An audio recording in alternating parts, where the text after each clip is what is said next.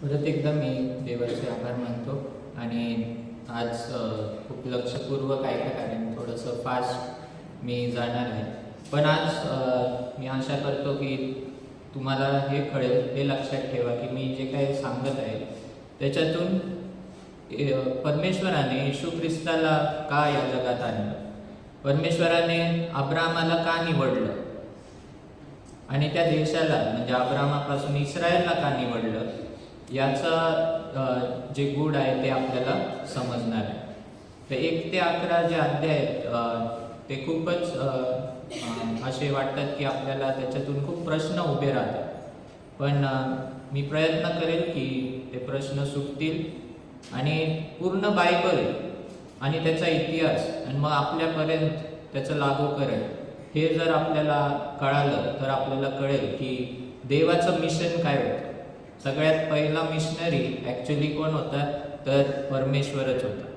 आणि देवाचं मिशन काय आहे, तर पूर्ण जगाला वाचवणं, पूर्ण जगाला त्याच्याबद्दल माहिती करून सर्व लोकांना कळावं की तोच खरा देव आहे आणि त्याच्याशिवाय दुसरं काही उपाय नाही, हे तो जगाला सांगत आहे.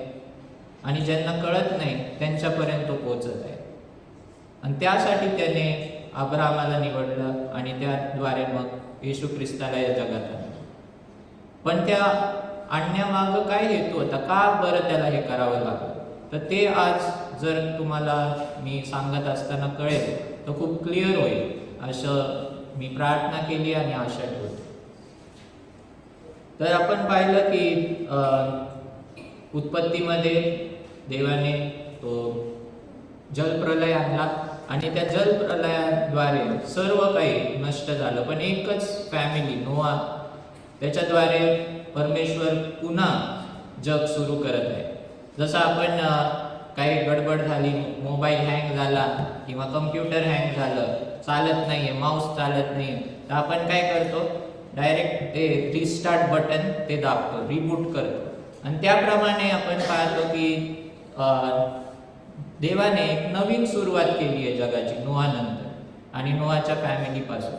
आणि असं दाखवलंय की तो नोहा देखील एक नवीन आदाम आहे आणि त्यापासून, त्याच्या परिवारापासून परत एकदा परमेश्वर सुरुवात करत आहे.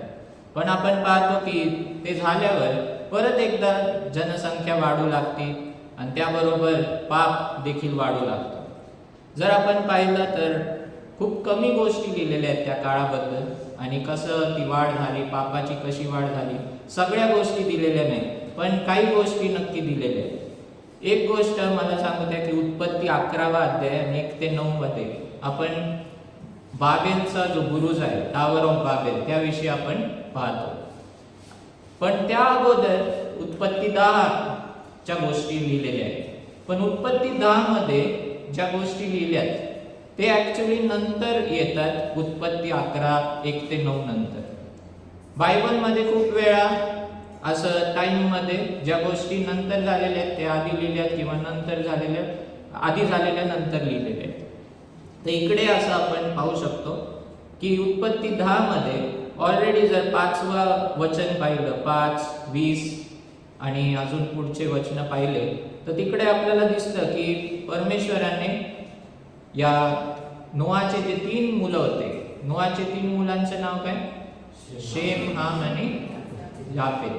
तर या आधी याफेत बद्दल लिहिलंय, मग हाम बद्दल लिहिलंय आणि शेवटी शेम बद्दल लिहिलंय. तर या तिघांचं वर्णन करत असताना त्यांनी असं लिहिलंय 5व्या वचनात की from these maritime people spread out into their territories by their clans within their nations, each with its own language. 10 मध्ये लिहिलंय, 10:5 मध्ये, 10:20 मध्ये की सर्व राष्ट्रे विखरली गेली त्यांच्या भाषाप्रमाणे, वेगवेगळ्या भाषांप्रमाणे त्यांचे समूह झाले आणि राष्ट्र वेगळे झाले.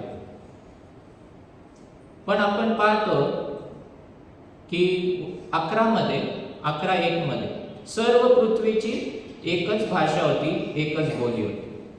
10 मध्ये 3 वेळा लिहिलंय की भाषांमुळे राष्ट्र झाली आणि ते वेगवेगळे झाले. मग 11:1 मध्ये परत एकदा कसं आपण पाहतो की सर्व लोकांची एकच भाषा होती, एकच बोली होती. म्हणजेच ही जी घटना आहे बाबेलच्या बुरुजाची, ती अगोदर झालेली आहे आणि 10 मध्ये जे वाटणी झालेली आहे राष्ट्रांची, 70 राष्ट्र झालेले, ती गोष्ट नंतर घडलेली. समजते तुम्हाला? तर 11:1 ते 9 मध्ये ज्या गोष्टी लिहिल्या ते अगोदर झालेले आहेत.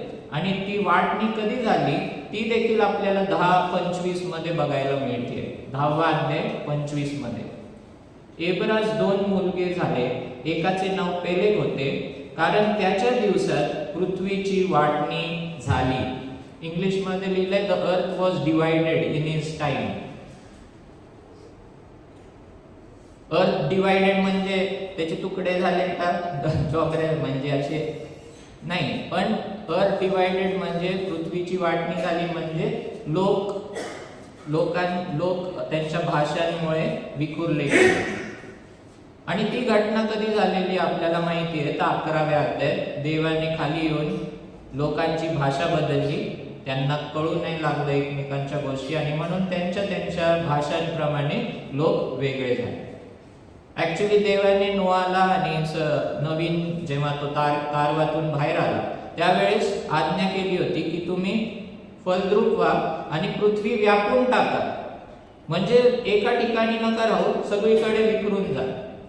पण हे जे लोक आहेत, हे नवीन लोक जे महान झालेले आहेत, खूप मोठे झालेले आहेत, लोकसंख्या पण वाढली आहे आणि प्रगत झालेले आहेत, टेक्नॉलॉजीमध्ये पुढे गेलेले आहेत, हे लोक काय ठरवतात की नाही आपण एकाच ठिकाणी राहू, एकाच ठिकाणी आपण संपी राहूया आणि काहीतरी नवीन सुरू करू.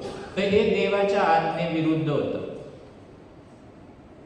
जर तुम्ही पाहता 11:1 मध्ये लिहिले, त्यांची एकच भाषा होती, एकच बोली होती. आता हे 10:25 मध्ये जे घडलं त्याच्या अगोदरची गोष्ट. तर पुढे असे झाले की पूर्वेकडे जाता जाता त्या लोकांना शिनार देशात एक मैदान लागले आणि तेथे त्यांनी वस्ती केली. ते एकमेकांना म्हणाले, चला आपण विटा करून पक्क्या भाजू. त्यांनी दगडांऐवजी विटा आणि चुन्याऐवजी डांबर वापरले. मग ते म्हणाले, चला आपण आपल्यासाठी एक नगर आणि गगनचुंबी शिखराचा एक बुरुज बांधू आणि आपले नाव करूया, म्हणजे सर्व पृथ्वीच्या पाठीवर आपली पांगापांग होणार नाही. बघा, त्यांना त्यांची पांगापांग होऊ द्यायची नाही. आणि ते काय म्हणतात, चला आपण आपल्यासाठी एक नगर बांधू आणि आपले नाव करूया. बऱ्याच वेळा लोकांना वाटतं जेव्हा तो बुरुज ते बांधत होते, तर तो बुरुज अशासाठी बांधत होते की ते स्वर्गापर्यंत पोहोचतील आणि देवाला खाली पाडतील. पण ही आपली गैरसमजूत आहे. ऍक्च्युली आधीच्या काळामध्ये जेव्हा जेव्हा बुरुज बांधायचे, त्या बुरुजाच्या बाजूला एक मंदिर असायचं. आपल्याला वाटतं की हे लोक नास्तिक झालेत, हे देवापेक्षा हुशार झालेत असं आपल्याला वाटतं, पण तसं नाहीये. ते देवाविरुद्ध जात आहेत, पण वेगळ्या रीतीने. आधीच्या काळात जिथं जिथं हा बुरुज दिसलेला आहे त्याच्या बाजूला एक मंदिर असायचं आणि हे मंदिर हे देवाचं वसतिस्थान असायचं पृथ्वीवरचं. आणि तो बुरुज जो होता तो लोकांना वर जायसाठी नव्हता, तर देवाला खाली आणि वर जाण्यासाठी त्यासाठी तो बुरुज बांधायचा. आता आपल्याला हसू येईल या गोष्टीबद्दल, पण ती त्यांची समजूत होती. आणि तो बुरुज जो होता तो देवाला खाली येण्यासाठी, विसावा घेण्यासाठी आणि परत वर जाण्यासाठी होता. मग तुम्हाला वाटेल मग काय त्याच्यात प्रॉब्लेम आहे, ते देवाविरुद्ध नसतील. हा प्रॉब्लेम होता की ते आपल्यासाठी आणि आपलं नाव व्हावं म्हणून ते देवाला वापरून घेत होते. पहिली गोष्ट ही जे बांधत होते ते, ही सिस्टम, रिलिजियस सिस्टम जी उभी करत होते, ती देवाविरुद्ध होती. देवाने आज्ञा नव्हती दिली याच्यासाठी.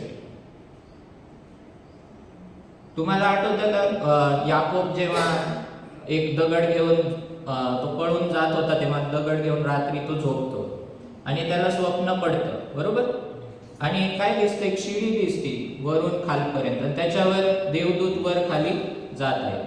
जेव्हा तो उठतो तेव्हा तो काय म्हणतो, हे देवाचं घर आहे, देवाचं वर जायचं दार आहे, स्वर्गाचं दार आहे, देवाचं घर आहे. त्याला का असं वाटतं, आपल्याला शिडी दिसलं तर आपण असं बोलू नाही, पण ती त्यांची समजूत होती की जिथं टावर आहे, जिथं शिडी आहे तिथं खाली म्हणजे ते देवाचं खाली यायचं ठिकाण आहे आणि म्हणून ते त्याला तो बेथेल नाव देतो, देवाचं घर. आणि येशू ख्रिस्त काय म्हणतो स्वतःला योहान 1:51 मध्ये की याकोबाने तू माझ्यावर है ना, नथानिएलला तो म्हणतो की माझ्यावर तू स्वर्गदूत वर आणि खाली येताना पाहशील. म्हणजे इनडायरेक्टली तो म्हणत होता की मी मंदिर आहे.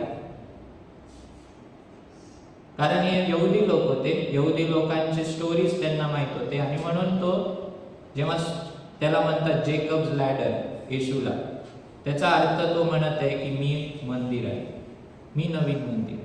तर हे मंदिरच बांधत होते, पण ते अशा रीतीने एक रिलिजन उभा करीत होते की ते देवाला वापरून घेत होते. देवाचं ते ऐकत नव्हते, देवाला ते जस्ट घेत होते पण आपल्या मनाप्रमाणे. आणि त्यांचं नाव व्हावं, देवाचं नाव व्हावं म्हणून नाही, तर त्यांचं नाव व्हावं म्हणून ते हे नगर बांधत होते.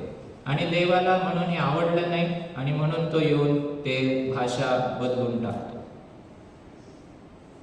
आता शास्त्रामध्ये खूप गोष्टी लिहिलेल्या नाहीयेत, सगळ्याच गोष्टी, खूप गोष्टी घडत आहेत, सगळ्या लिहिलेल्या नाहीत. कशावरून?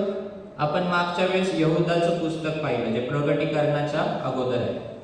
तर यहुदा 1:9 मध्ये काय लिहिलंय की सैतान मोशेचं शरीर मागत आहे आणि वाद करत आहे सैतानाशी. बरोबर? ही गोष्ट जुन्या करारात कुठं लिहिलेली आहे का? नाही लिहिली.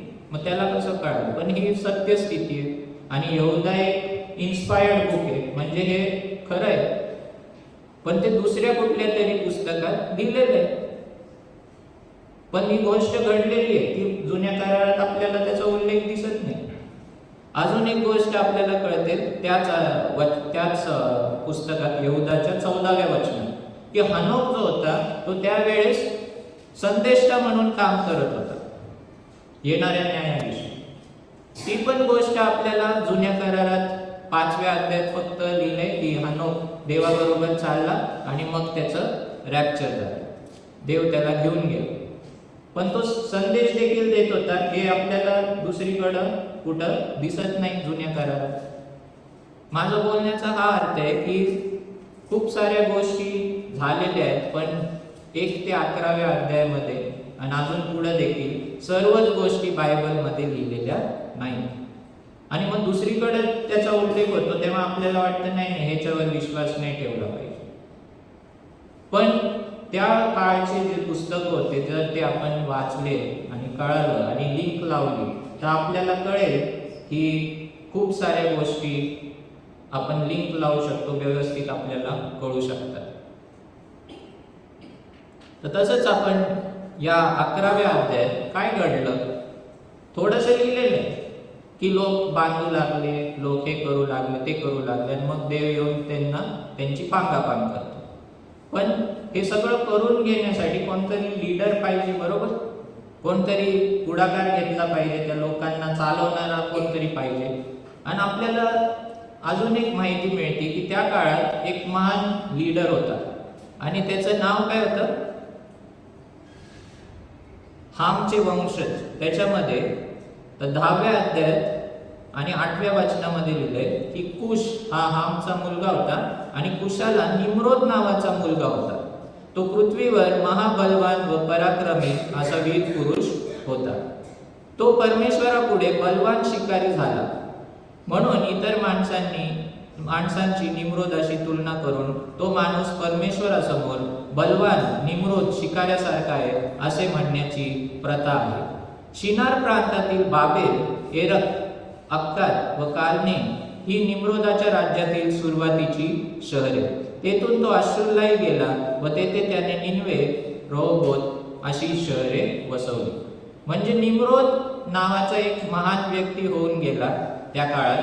त्याच्याबद्दल थोडीशी माहिती इथं दिलेली आहे आणि तिथं काय लिहिलंय की परमेश्वरासमोर तो एक महाबलवान शिकारी होता. इंग्लिशमध्ये लिहिलंय he became a mighty Hunter before the Lord. आणि हिब्रूमध्ये काही प्रेपोजिशन्स आहेत. प्रेपोजिशन म्हणजे ऑन, इन, बिफोर, आफ्टर असे जे शब्द आहेत. आणि हिब्रूमध्ये ती भाषा वेगळी असल्यामुळे त्यांचं बोलण्याचं आणि प्रेपोजिशन वापरण्याचा जी पद्धत आहे ती थोडी वेगळी आहे आणि संदर्भानुसार त्याचा वेगळा अर्थ होऊ शकतो. आणि म्हणून जरी इथं लिहिलंय की निम्रोद हा देवापुढे, परमेश्वरापुढे एक महाबलवान शिकारी घडला, mighty Hunter before the Lord. पण ऍक्च्युली बिफोर हा शब्द नाही घेतला पाहिजे, तिकडं अगेन्स्ट हा शब्द घेतला पाहिजे. परमेश्वरासमोर म्हणजे परमेश्वरासाठी तो एक महान शिकारी बनला असं समजू नये. परमेश्वरासाठी नव्हता तो. आणि ह्याची माहिती देखील आपल्याला जुबिली म्हणून एक पुस्तक आहे त्याच्यामध्ये कळतं. आणि यहुदी लोकांच्या इतिहासांमध्ये क्लिअरली लिहिलंय या निम्रोद बद्दल की हा देवाविरुद्ध वागणारा होता, देवाविरुद्ध बंड करणारा असा व्यक्ती होता. जरी तो पॉवरफुल झाला, जरी तो महान झाला, पण देवासाठी तो हे कार्य करत नव्हता, तर देवाविरुद्ध हे कार्य करत होता. आणि म्हणून हे कसं घ्यायला पाहिजे, तर he became a mighty Hunter against the Lord. Against म्हणजे विरुद्ध, बिफोर म्हणजे जसं ते बॉक्सिंग करतात ना, तर बॉक्सिंगच्या वेळेस असं समोरासमोर थांबतात, असं बिफोर. त्याचा अर्थ तुमच्या विरुद्ध आता तो लढत आहे. तर त्या रीतीने आपण हा अर्थ घेतला पाहिजे. तर हा निम्रोद होता जो लोकांना उत्साहित करत होता आणि बाबेलचं नगर त्याने बांधले. आणि बाबेलचं नगर हे शिनार प्रांतात होतं. आणि त्यावरून आपल्याला कळतं की हा जो बुरुज बांधत होता तो नक्कीच निम्रोद बांधत असणार. आणि त्याच्यामुळं हे सर्व गोष्टी घडत होत्या आणि त्याला सर्व लोकांचा सपोर्ट देखील होता. आणि जरी बायबलमध्ये एवढंच वाक्य लिहिलंय, पण इतर पुस्तकात यहुदी लोकांच्या त्याच्याबद्दल बरीच माहिती दिलेली. आणि हे मानवाचे महत्वाकांक्षा, मानवाची शक्ती, जरी ते एकत्र आले पण देवाविरुद्ध गेले तर मग देव ते काही सफल होऊ देत नाही. मानवामध्ये खूप पोटेन्शियल देवाने दिले, क्षमता दिलेली आहे, पण जेव्हा ते एकत्र होतात आणि देवाच्या प्लॅन विरुद्ध एकत्र होतात तेव्हा देव ते काही चालू देत नाही. आणि हे ते उदाहरण आहे की जेव्हा टावर ऑफ बाबेल ते बांधत गेले आणि खूप एकत्र होते ते, पण देवाच्या प्लॅन विरुद्ध होते आणि त्यामुळे देवाने ते सफल होऊ दिलं नाही. आता हे गोष्ट परत जसं मी सांगितलं की सगळ्या गोष्टी बायबलमध्ये लिहिलेल्या नाही, पण इथे तिथे ते आढळतात. आणि त्यामुळे आपल्याला कळतं की नक्की जसं मी सांगितलं की 3 बंड, यहुदी लोक असं मानतात की 3 रिबेलियन्स झाले.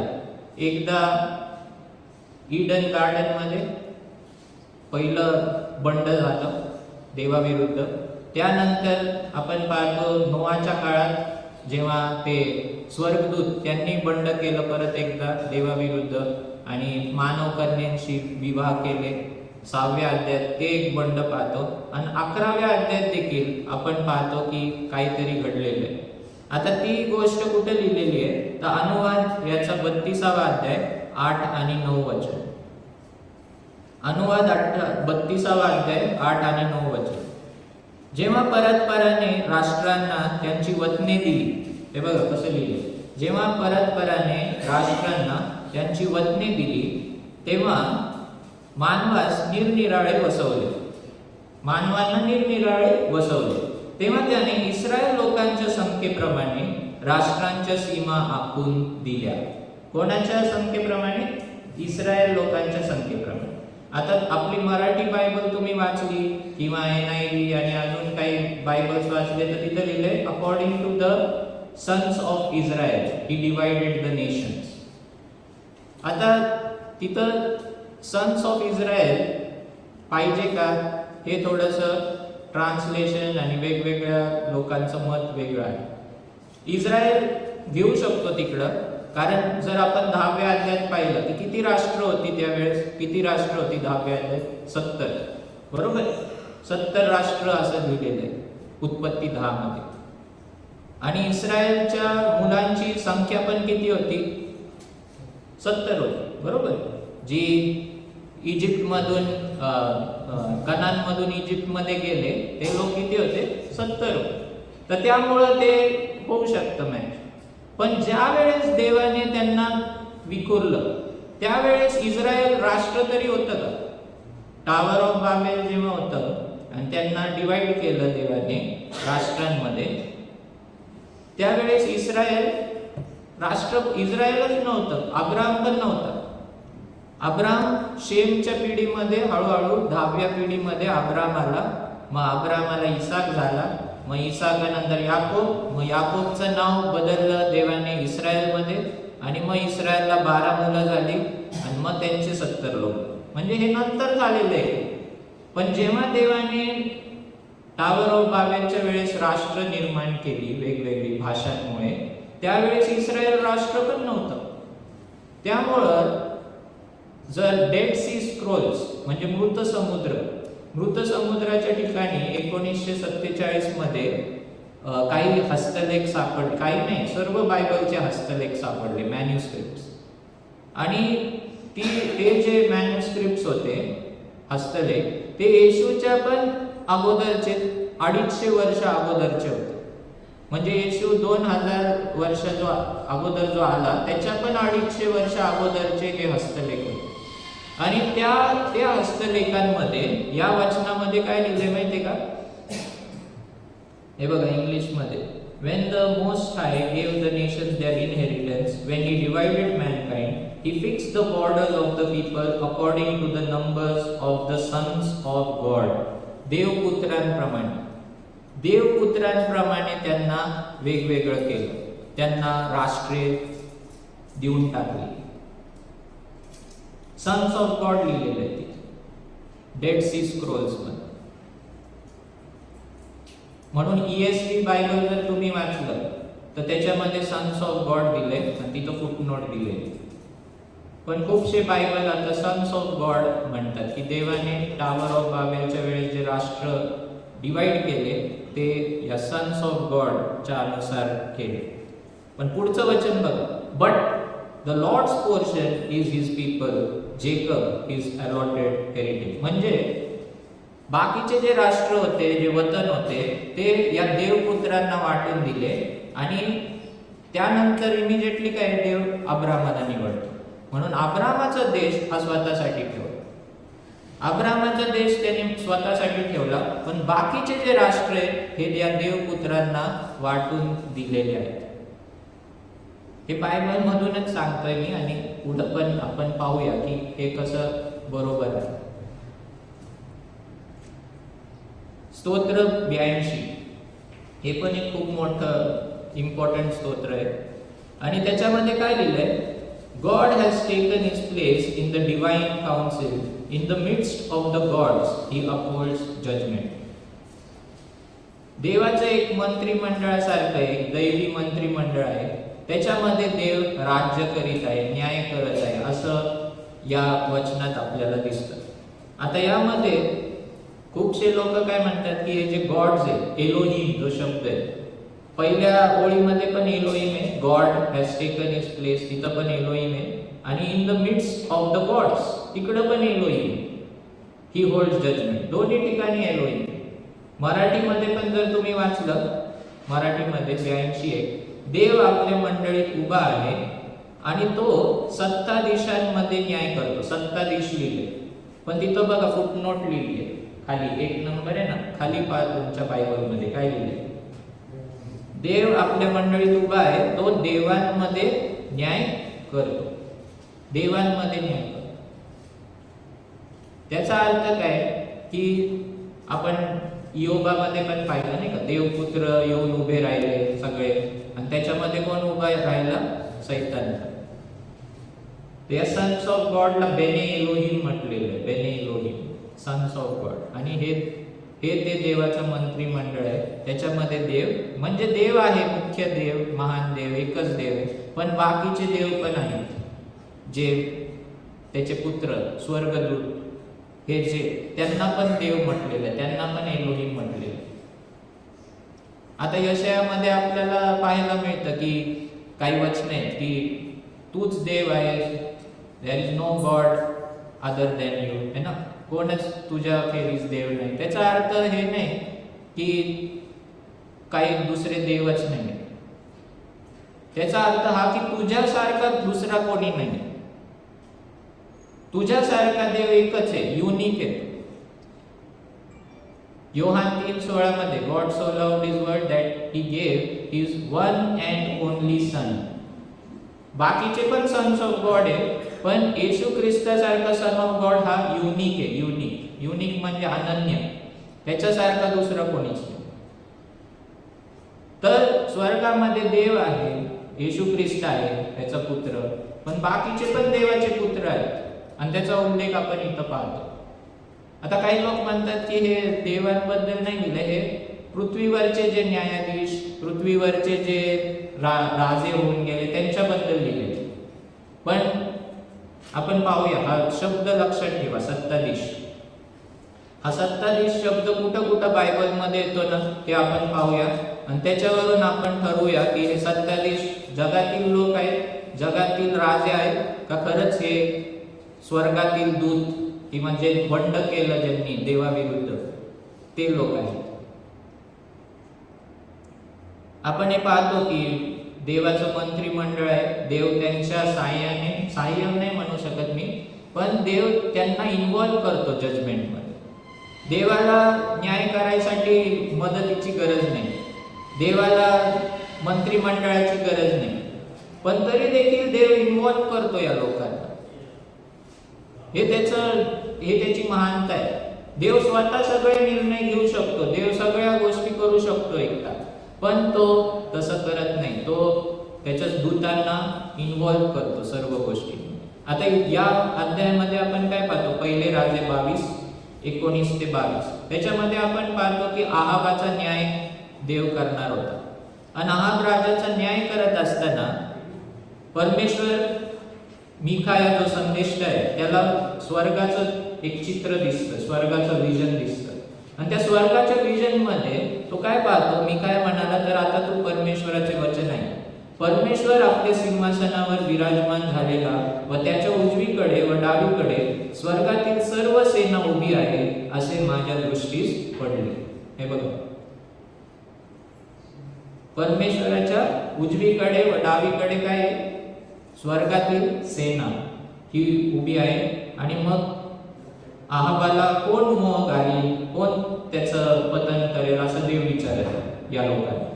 आणि त्यावेळी असं लिहिलं 21 मध्ये, एक आत्मा जवळ येऊन परमेश्वरा समोर उभा राहिला आणि म्हणाला मी त्याला मोह घालतो.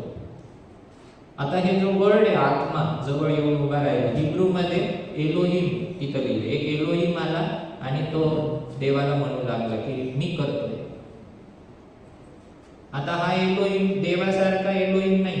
एलोहिम हा कॉमन शब्द आहे, जसा आपण प्रभू, देव असे शब्द वापरतो.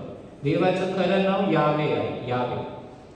आणि म्हणून हा एक साधारण स्वर्गदूत असणार किंवा एलोहिम जो मी सांगितला अजून देखील देव आहे आणि त्यांच्याबद्दल इथं लिहिलेलं आपण पाहतो.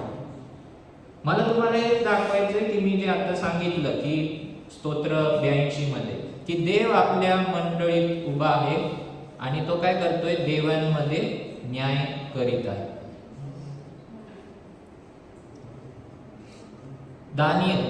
दानियल 4 मध्ये आपण पाहतो की नबुकदनेझरचा न्याय होणार आहे.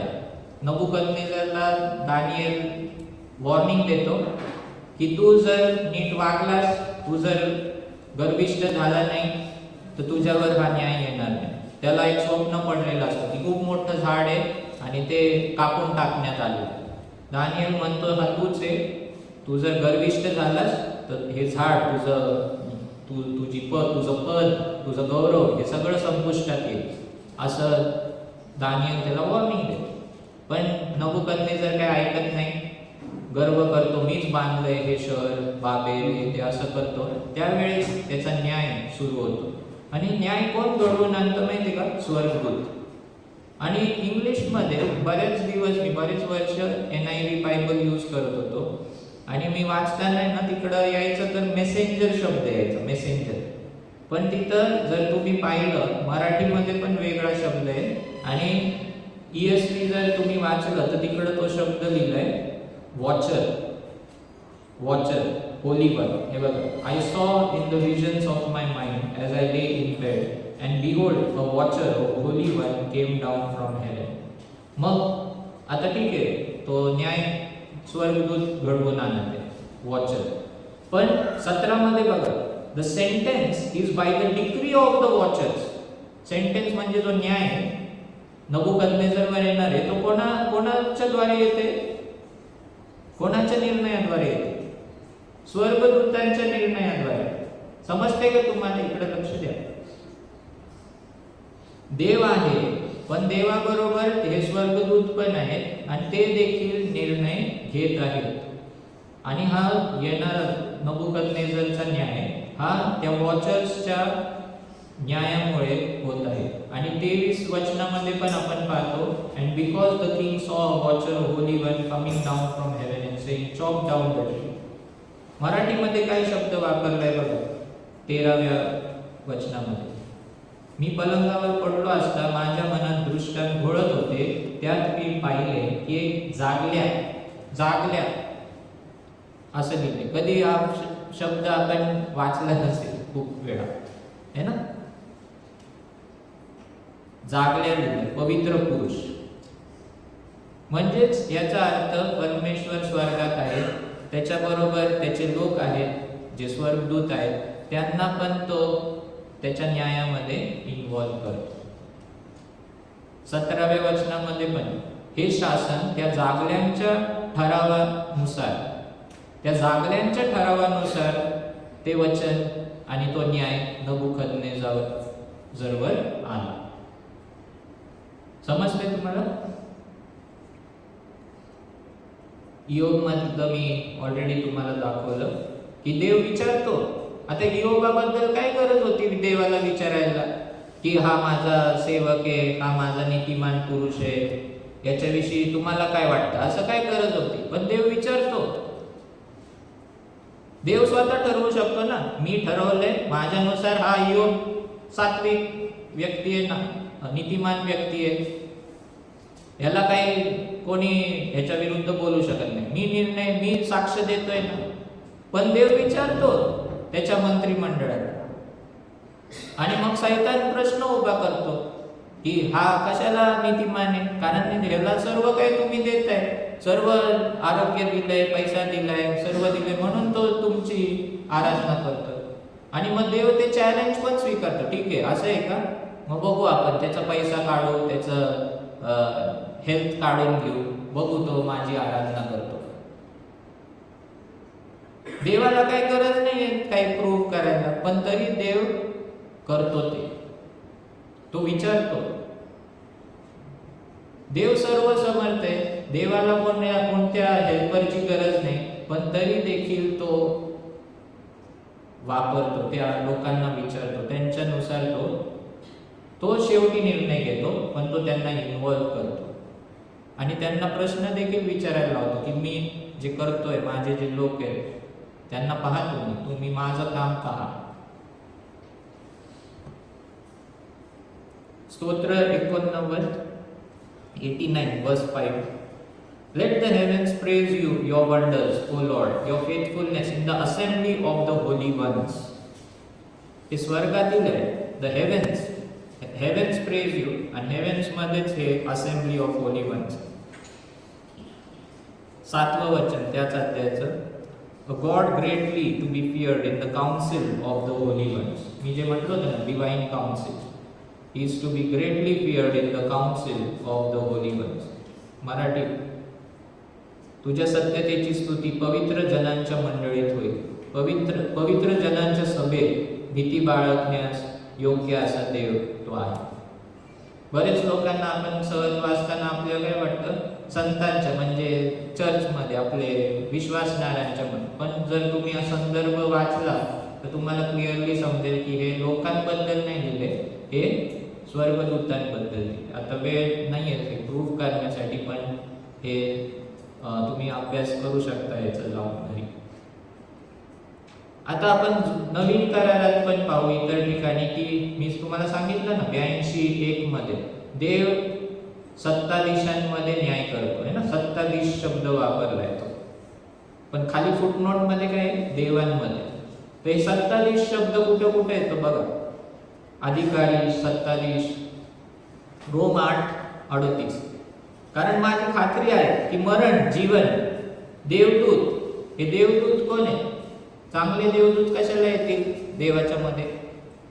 अधिपती, हे बघा हा शब्द अधिपती, वर्तमानाच्या गोष्टी, भविष्यकाळच्या गोष्टी, बले, उंची, खोली किंवा दुसरी कोणतीही सृष्ट वस्तू ख्रिस्त येशू आपला प्रभू याच्यामध्ये देवाची आपल्यावरील जी प्रीती आहे तिच्यापासून आपल्याला विभक्त करायला समर्थ होणार नाही. कोणीच या सर्व हे व्यक्ती किंवा कुठले बले, कुठलीही शक्ती आपल्याला ख्रिस्त येशूपासून विभक्त करू शकत नाही. तर कुठल्या त्याच्यात एक लिस्ट मध्ये काय तर देवदूत आणि अधिपती, ते देखील आपल्याला देवाच्या प्रीतीपासून विभक्त करू शकत नाही. त्या लिस्ट मध्ये पौल देवदूत आणि अधिपती हा शब्द वापरतो. कलसे 1:16, कारण आकाशात व पृथ्वीवर असलेले दृश्य अदृश्य असलेले राजे, अधिपती, सत्ताधीश किंवा अधिकारी, हे बघा अधिपती, सत्ताधीश किंवा अधिकारी जे काही आहे ते सर्व त्याच्यामध्ये निर्माण झाले, सर्व काही त्याच्याद्वारे व त्याच्यासाठीच निर्माण झाले. 2:15, कलसे 2:15, He disarmed the rulers and authorities and put them to open shame when he died on the cross. 15 मध्ये बघा, त्याने सत्ताधीशांना व अधिकाऱ्यांना नाडून त्यांचे काय केले? उघड उघड प्रदर्शन केले. हा सत्ताधीश शब्द कोणासाठी वापरला असेल? स्वर्गदूत जे ज्यांनी बंड केलं त्यांच्यासाठी वापरलं. सत्ताधीश व अधिकारी, हे बघा 1 पेत्र 3:22, तो येशू ख्रिस्त स्वर्गात गेला आणि आता देवाच्या उजवीकडे आहे, त्याच्या स्वाधीन देवदूत, अधिकारी व सत्ताधीश हे ठेवले आहे. इफिस 6:11 आणि 12, हे सत्ताधीश कोण आहेत बघा. सैतानाच्या डावपेचांपुढे तुम्हाला टिकाव धरता यावा म्हणून देवाची शस्त्र सामग्री धारण करा, कारण आपले झगडणे रक्त मांसांबरोबर नव्हे तर सत्तांबरोबर, अधिकाऱ्यांबरोबर, सध्याच्या काळोखातील जगाच्या अधिपतींबरोबर, आकाशातल्या दुरात्म्यांबरोबर आहे. आता क्लिअर झालं? सत्ताधीश कोण आहे? आकाशातील दुरात्मे. पौल म्हणते की आपलं झगडणं हे जगातील जे नेते, जगातील गोष्टी त्यांच्या विरुद्ध नाहीये, तर या सत्ता जे जगात दिसतात आपल्याला, जे दृश्य आहे त्याच्या मागे एक अदृश्य शक्ती त्यांना चालवत आहे. सगळ्या नेत्यांमागे, सर्व नेते, सर्व राष्ट्र, हे देवाने ते वाटणी जेव्हा झाली होती तेव्हा त्यांना हे देऊन ठेवले होते, त्यांच्या खाली हे दुसरे राष्ट्र सत्ता करीत आहेत. एक अदृश्य शक्ती आहे.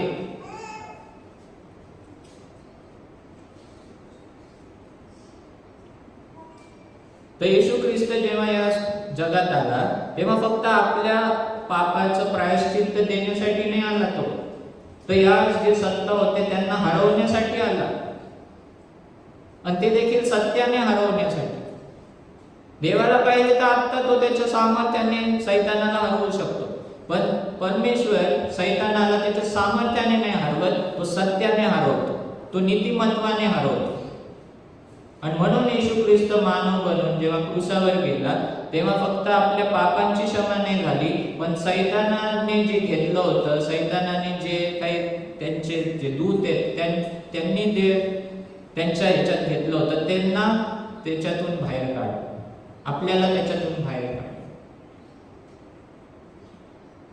त्यांना हरवण्यासाठी आला. आत्ताच आपण हे वचन पाहिलं की त्याने सत्ताधीशांना व अधिकाऱ्यांना नाडून त्याच्या विरुद्ध वधस्तंभावर जयोत्सव करून त्यांचे उघड उघड प्रदर्शन केले. वधस्तंभावर फक्त आपल्या पापांची क्षमा नाही झाली, तर त्या सत्ताधीशे आणि अधिकारी जे आहेत त्यांना पण हरवण्यात आलेलं आहे.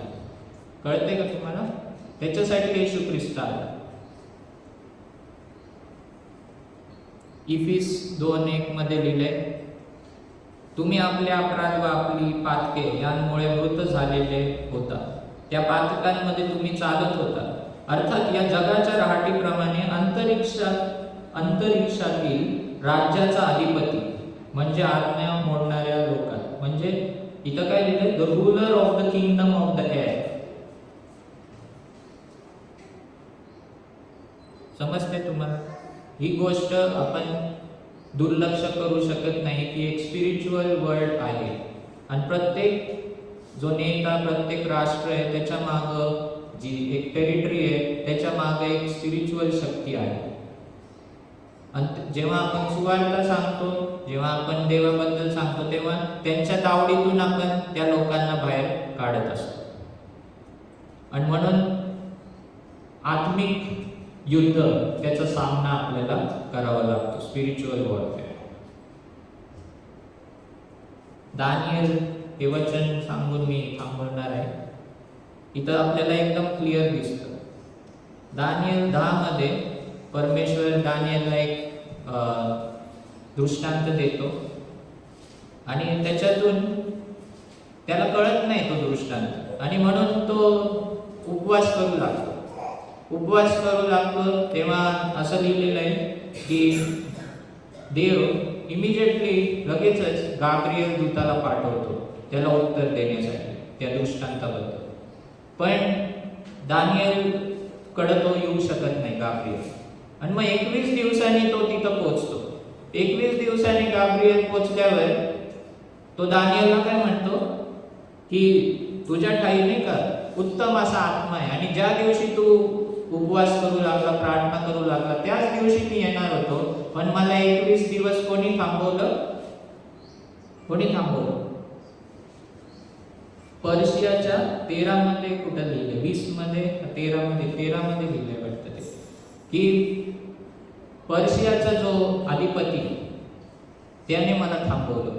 आता पर्शियाचा तो का म्हणत आहे? कारण जेव्हा त्याला हा दृष्टांत पडला होता तेव्हा पर्शियाचं राज्य होतं, पर्शियाचं राज्य चालू होतं आणि म्हणून पर्शियाचा जो अधिपती आहे स्पिरिच्युअल, तो त्याला आडवा आला होता, तो त्याला जाऊ देत नव्हता.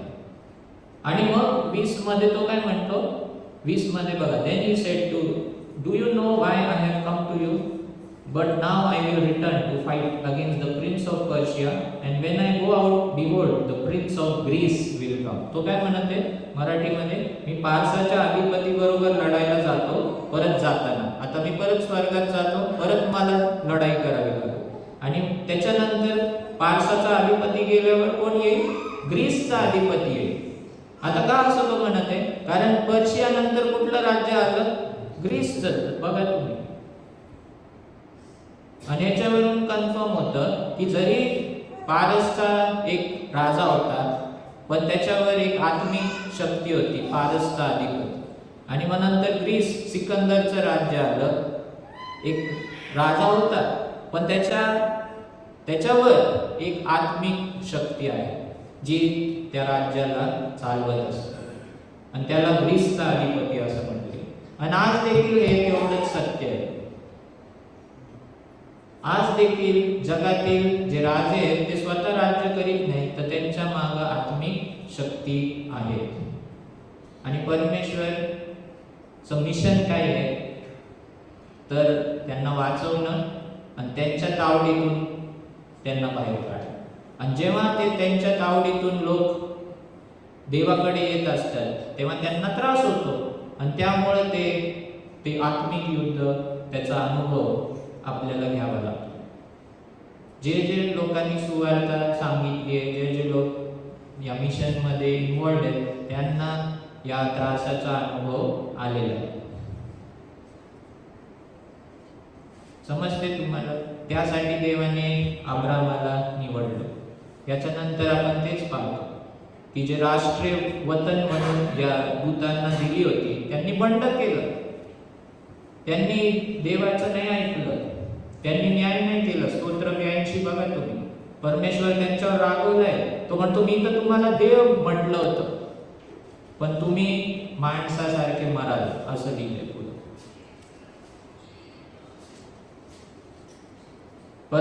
परमेश्वराने अब्रामाला जो करार केला त्याच्याद्वारे बघा काय लिहिलंय की मी तुला एक मोठा देश करीन, मी तुला आशीर्वाद देईन. पण तिसऱ्या वचनात बघा, तुझे जे अभिष्ट चिंतितील त्यांचे मी अभिष्ट करीन, तुझे जे अनिष्ट चिंतितील त्यांचे मी अनिष्ट करीन, आणि तुझ्याद्वारे म्हणजे अब्रामाच्या कुळाद्वारे पृथ्वीवरील सर्व कुळे व सर्व राष्ट्रे आशीर्वादित होतील.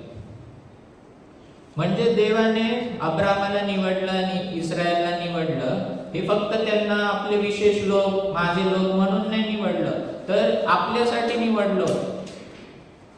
देवाने अब्रामाला आशीर्वाद दिला फक्त त्याला वैयक्तिक आशीर्वाद मिळावा म्हणून नाही निवडलं, पण त्याच्या आशीर्वादाद्वारे आपण सर्व जे बाकीचे राष्ट्र आहेत त्यांना देव कळेल, ते देवाकडे वळतील, त्यासाठी देवाने अब्रामाला निवडलं.